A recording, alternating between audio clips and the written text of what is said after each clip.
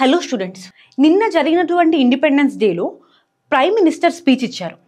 ఆ స్పీచ్లో వికసిత్ భారత్ గురించి చెప్పారు. వికసిత్ భారత్ 2047ని అచీవ్ చేయాలి అంటే సెమీ కండక్టర్ ఇండస్ట్రీ యొక్క ఇంపార్టెన్స్ గురించి మాట్లాడడం జరిగింది. సో ఇది ఫస్ట్ టైమే కాదు, నవ్ అండ్ ఆల్ చాలాసార్లు మనం గమనించినట్టయితే ఈ సెమీ కండక్టర్ ఇండస్ట్రీ గురించి చాలామంది మాట్లాడారు. క్యాబినెట్ సెక్రటరీ కానివ్వండి, లేదా మినిస్ట్రీ ఆఫ్ ఎలక్ట్రానిక్స్ వాళ్ళు కానివ్వండి, ఎప్పుడు రీసెంట్గా మనం చూసుకుంటే ఈ సెమీ కండక్టర్ ఇండస్ట్రీ అనేది చాలా ఎక్కువ న్యూస్లోకి వస్తుంది. అసలు ఈ కాంటెక్స్ట్లో మనం ఇవాళ క్లాస్లో అసలు ఎందుకు ఈ సెమీ కండక్టర్ ఇండస్ట్రీ యొక్క సిగ్నిఫికెన్స్ ఏంటి, అండ్ ఆ తరువాత ఛాలెంజెస్ ఏంటి ఈ ఇండస్ట్రీలో, అండ్ గవర్నమెంట్ తీసుకొచ్చిన ఇనిషియేటివ్స్ ఏంటి, ఈ టైం ఫ్రేమ్లో మనం ఒక్కసారి ఈ క్లాస్ని చూద్దాం. ఇవాళ అసలు ఈ సెమీ కండక్టర్ ఇండస్ట్రీ గురించి ఇన్నిసార్లు మాట్లాడుతున్నారు కదా, అసలు ఈ ఇండస్ట్రీ యొక్క సిగ్నిఫికెన్స్ ఏంటి? సిగ్నిఫికెన్స్ చూసినప్పుడైతే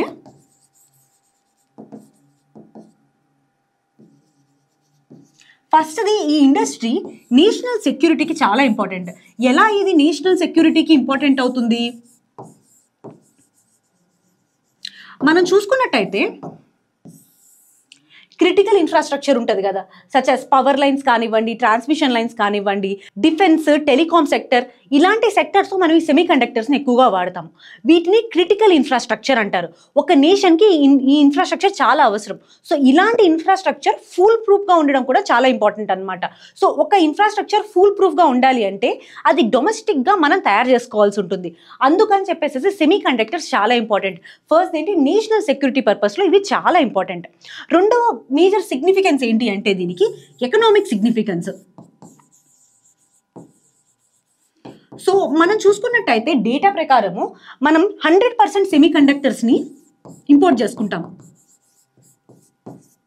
అండ్ అందులో 37% చైనా నుంచే ఇంపోర్ట్ చేసుకుంటాం.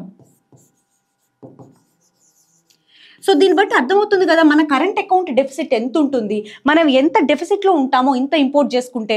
సో దీనివల్ల కరెంట్ అకౌంట్ డెఫిసిట్ తగ్గుతుంది. అదే కాకుండా ఎంప్లాయ్మెంట్ ఆపర్చునిటీస్ కూడా పెరుగుతాయి మన వర్క్ ఫోర్స్కి. అండ్ ఇండస్ట్రీస్ ఏవైతే ఉంటాయో వాటి మీద ట్యాక్సేషన్ వేయడం వల్ల గవర్నమెంట్కి కూడా రెవెన్యూస్ పెరుగుతాయి. సో ఇలాంటి ఇండస్ట్రీ ఒకటి రావడం వల్ల మల్టీప్లేయర్ ఎఫెక్ట్స్ అనేవి ఇంకా పెరుగుతూ ఉంటాయి ఎకానమీలో. సో ఇది రెండవ మేజర్ సిగ్నిఫికెన్స్. మూడవ సిగ్నిఫికెన్స్ వచ్చేటప్పటికి సప్లై చైన్ రెసిలియన్స్ అంటారు.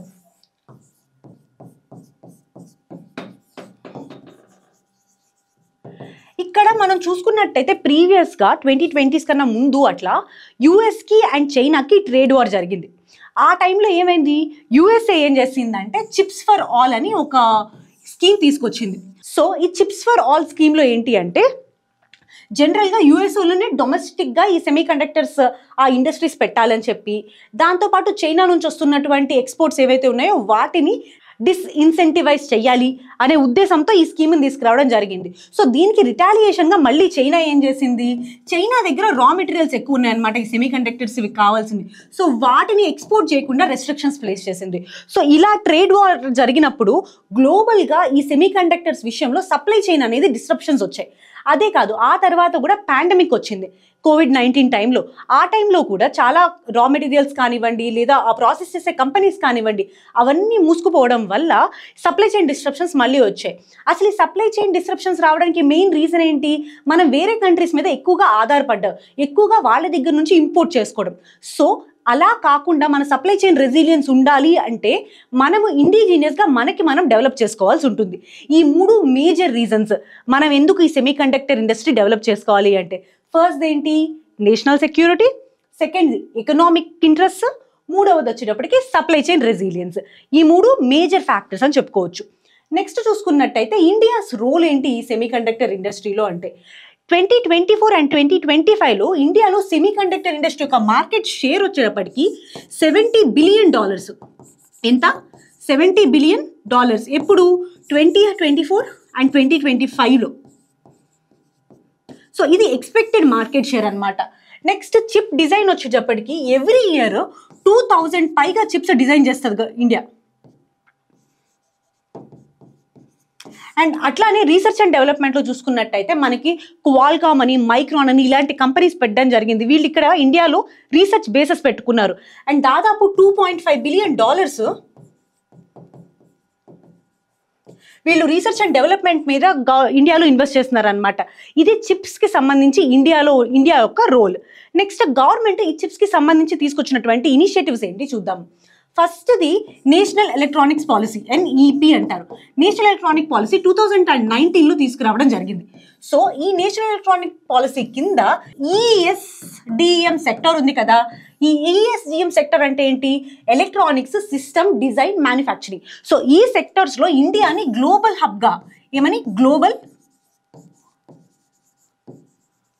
హబ్గా ప్లేస్ చేయడానికి ఈ ప్రాజెక్ట్ని తీసుకురావడం జరిగింది. ఏంటిది?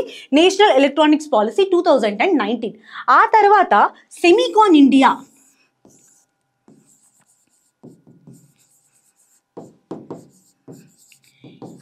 అనే స్కీమ్ తీసుకురావడం జరిగింది. సో ఈ స్కీమ్ కింద ఎవరైతే సెమీకండక్టర్ ఇండస్ట్రీస్ పెడుతున్నారో, అదే మ్యానుఫ్యాక్చరింగ్ కోసము లేదా డిజైన్ కోసము కానీ ఎవరైనా ఇండస్ట్రీస్ పెడుతున్నారో వాళ్ళకి అప్ ఫ్రంట్గా క్యాపిటల్ ఎక్స్పెండిచర్ ఎంతైతే ఉంటుందో దాని మీద ఇన్సెంటివ్స్ ఇవ్వడం జరిగింది. ఆ తర్వాత స్పెక్స్ అనే స్కీమ్ కూడా తీసుకురావడం జరిగింది. సో ఈ స్పెక్స్ కింద 25% అంటే ఎవరైతే ఈ సెమీకండక్టర్ ఇండస్ట్రీస్ పెడుతున్నారో వాళ్ళకి 25% వీళ్ళ క్యాపిటల్ ఎక్స్పెండిచర్ అంటే ఆ ఇండస్ట్రీ మీద పెట్టినటువంటి డబ్బులు ఉంటాయి కదా, దాంట్లో ఇన్సెంటివైజ్ చేస్తుంది అనమాట గవర్నమెంట్. ఇంకా దాంతోపాటు ఇంటర్నేషనల్గా మనం చూసుకుంటే ICET అనే ఒక ఇనిషియేటివ్ తీసుకురావడం జరిగింది. ఏంటి అంటే initiative on critical and emerging technologies. ఇది ఇండియాకి అండ్ యుఎస్కి మధ్యన జరిగినటువంటి ఒప్పందం.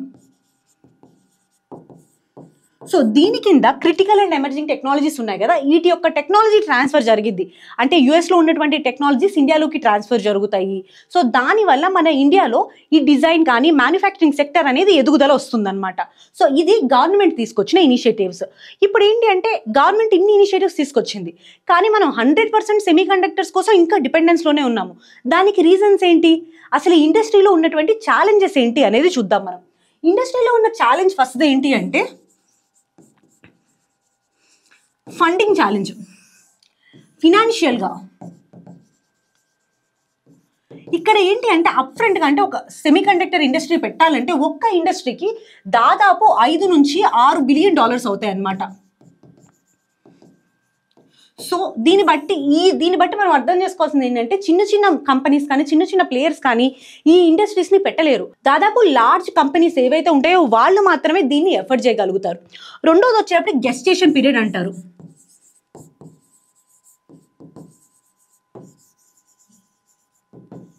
సో ఈ జెస్టేషన్ పీరియడ్ అంటే ఏంటి అంటే ఒక్కసారి ఈ కంపెనీ పెట్టినప్పటి నుంచి అంటే మ్యానుఫ్యాక్చరింగ్ కంపెనీ పెట్టినప్పటి నుంచి మార్కెట్లోకి ప్రోడక్ట్ వెళ్ళే వరకు అయ్యేటటువంటి టైం. సో దీన్ని జెస్టేషన్ పీరియడ్ అంటారు. సో ఈ ఇండస్ట్రీకి సంబంధించి ఈ జెస్టేషన్ పీరియడ్ చాలా ఎక్కువగా ఉంటుంది. అంటే దాదాపు 5 నుంచి 6 ఏళ్ళు ఉంటుంది అనమాట ఈ జెస్టేషన్ పీరియడ్. సో దానివల్ల అప్ ఫ్రంట్గా 5 ఏళ్ల ముందే నువ్వు ఇంత డబ్బు పెట్టాల్సి ఉంటుంది. అండ్ ఆ తర్వాత ప్రాఫిటబుల్ నాన్ ప్రాఫిటబుల్ అనేది మనకు తెలుస్తుంది అనమాట. సో దీనివల్ల ఫినాన్షియల్గా ఎవరు ఎయిడ్ చేయడానికి లేదా ఇన్వెస్ట్ చేయడానికి కానీ స్పాన్సర్స్ అనేవాళ్ళు లేరు. నెక్స్ట్ ఏంటి అంటే సెట్టింగ్ అప్ ఇష్యూస్. అంటే ఒక ఇండస్ట్రీ సెమీకండక్టర్ ఇండస్ట్రీ పెట్టాలి అంటే అది సెటప్ చేయాలి అంటే ల్యాండ్ ఎక్విజిషన్లో ఇష్యూస్, ఆ తర్వాత దీనికి ఇన్ఫ్రాస్ట్రక్చర్ కావాల్సి వస్తుంది. ఫర్ ఎగ్జాంపుల్ ఎలక్ట్రిసిటీ కావాలి, వాటర్ కావాలి, ఇలాంటి విషయాల్లో కూడా వాళ్ళు ఇష్యూస్ ఫేస్ చేస్తున్నారంట ఇది సెటప్ చేయడానికి. నెక్స్ట్ ఇంకొక ఛాలెంజ్ ఏంటి అంటే వర్క్ ఫోర్స్ ఛాలెంజ్. మనం ఇండియాలో చూసుకుంటే చాలా వరకు ఇన్ఫార్మల్ వర్క్ ఫోర్స్ ఉంది అండ్ ఈ ఇండస్ట్రీకి కావాల్సినటువంటి స్కిల్డ్ వర్క్ ఫోర్స్ అనేది లేదు. అది ఒక మేజర్ ఛాలెంజ్గా ఉంది. అండ్ నెక్స్ట్ ఛాలెంజ్ వచ్చేటప్పటికి lack of manufacturing ecosystem. So ఈ చిప్స్ ఏవైతే మ్యానుఫ్యాక్చరింగ్ చేయాలనుకుంటున్నామో ఫస్ట్లీ మన దగ్గర రా మెటీరియల్ లేదు దానికి సంబంధించినటువంటిది. అండ్ దాంతోపాటు రా మెటీరియల్ కాకుండా ఇన్ఫ్రాస్ట్రక్చర్లో కూడా మనకి ఇష్యూస్ ఉన్నాయని చెప్తున్నాము. అండ్ దాంతోపాటు ఇలాంటి మ్యానుఫ్యాక్చరింగ్ చేయాలి అంటే ప్యూర్ ఆర్గన్ గ్యాస్ కావాలి అండ్ ప్యూర్ సిలికాన్ కావాలి. ఇలాంటివి మన దగ్గర ఎడ్యుకేట్గా లేవన్నమాట. సో ఇవన్నీ ఛాలెంజెస్గా చెప్పొచ్చు మనం ఈ ఇండస్ట్రీకి. సో దీనికి వే ఫార్వర్డ్ ఏంటి? ఫస్ట్ వే ఫార్వర్డ్లో మనం చేయాల్సింది ఏంటి అంటే మ్యానుఫ్యాక్చరింగ్ ఎకోసిస్టమ్ని మనం డెవలప్ చేయాలి. ఎలా డెవలప్ చేస్తాము మ్యానుఫ్యాక్చరింగ్ ఎకోసిస్టమ్ని?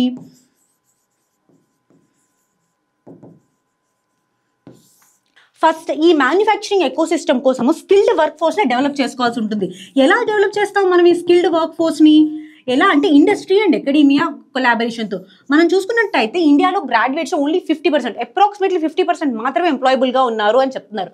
అంటే ఏంటి, 100 మెంబర్స్ గ్రాడ్యుయేట్ అవుతుంది, అందులో ఓన్లీ 50 మందికి మాత్రమే ఎంప్లాయ్ చేసేటటువంటి స్కిల్స్ ఉన్నాయి, అంటే ఎంప్లాయ్ చేయబడేటటువంటి స్కిల్స్ ఉన్నాయి అని చెప్తున్నారు. సో అలా కాకుండా స్కిల్డ్ వర్క్ ఫోర్స్ రావాలి అంటే అండ్ అకాడమిక్ సబ్జెక్ట్స్లో వాటిల్లో కూడా మార్పు రావాల్సి ఉంటుంది. అవి ప్రస్తుతం నేటి తరం వాడుతున్నటువంటి టెక్నాలజీస్తో అనుగుణంగా ఉండాల్సి ఉంటుంది అనమాట. సో దానికే ఇండస్ట్రీ అకాడమియా లింకప్ అంటారు. సో ఇలాంటివి తీసుకురావాలి. దాంతోపాటు టెక్నాలజికల్గా చూసుకున్నట్టయితే ఇందాక చెప్పాం కదా మనం ఇక్కడ ఇండియా యూఎస్ ఐసెట్ అని చెప్పేసి క్రిటికల్ అండ్ ఎమర్జింగ్ టెక్నాలజీస్తో చేసుకున్నటువంటి పార్ట్నర్షిప్ అని. సో ఇలా ఇంటర్నేషనల్ పార్ట్నర్షిప్స్ని చేసుకోవాల్సి ఉంటుంది వేరే కంట్రీస్తో. ఫర్ ఎగ్జాంపుల్ మనం చూసుకున్నట్టయితే 90% ఆఫ్ అడ్వాన్స్డ్ చిప్స్ ఎవరు తయారు చేస్తారో తైవాన్లో తయారు చేయబడతాయి అనమాట. అంటే వరల్డ్లో 100% చిప్స్ ఉంటే 90% చిప్స్ తైవాన్లోనే తయారు చేస్తున్నారు. సో అది కూడా స్పెసిఫిక్గా తైవాన్లో ఉన్నటువంటి కంపెనీస్ తయారు చేస్తాయి. అందులో ఒక గవర్నమెంట్ ఓన్డ్ కంపెనీ ఉంటుంది, అది తయారు చేస్తుంది. సో అలా చూసుకున్నప్పుడు అలాంటి కంపెనీస్తో మనం టైఅప్ చేయగలగాలి. సో దానివల్ల వాళ్ళ దగ్గర ఉన్నటువంటి స్కిల్స్ ఎక్వైర్ చేయగలుగుతాము, టెక్నాలజీ తీసుకోగలుగుతాము, మన వర్క్ ఫోర్స్కి కూడా ఎంప్లాయ్మెంట్ ఇవ్వగలుగుతాము. అండ్ ఇంకొకటి వచ్చేటప్పటికి ఈ ల్యాండ్ ఎక్విజిషన్ ఏదైతే ఉందో, ఇన్ఫ్రాస్ట్రక్చర్ ఏదైతే ఉందో అది మనం ఎడిక్వేట్గా ఇవ్వగలగాలి. సో ఈ 3 మనం వే ఫార్వర్డ్గా చెప్పుకోవచ్చు. అయితే మీరు కామెంట్ సెక్షన్లో ఇండియా సెమీ కండక్టర్ మిషన్ని ఎప్పుడు గవర్నమెంట్ ఆఫ్ ఇండియా అనౌన్స్ చేసింది అనేది చెప్పండి.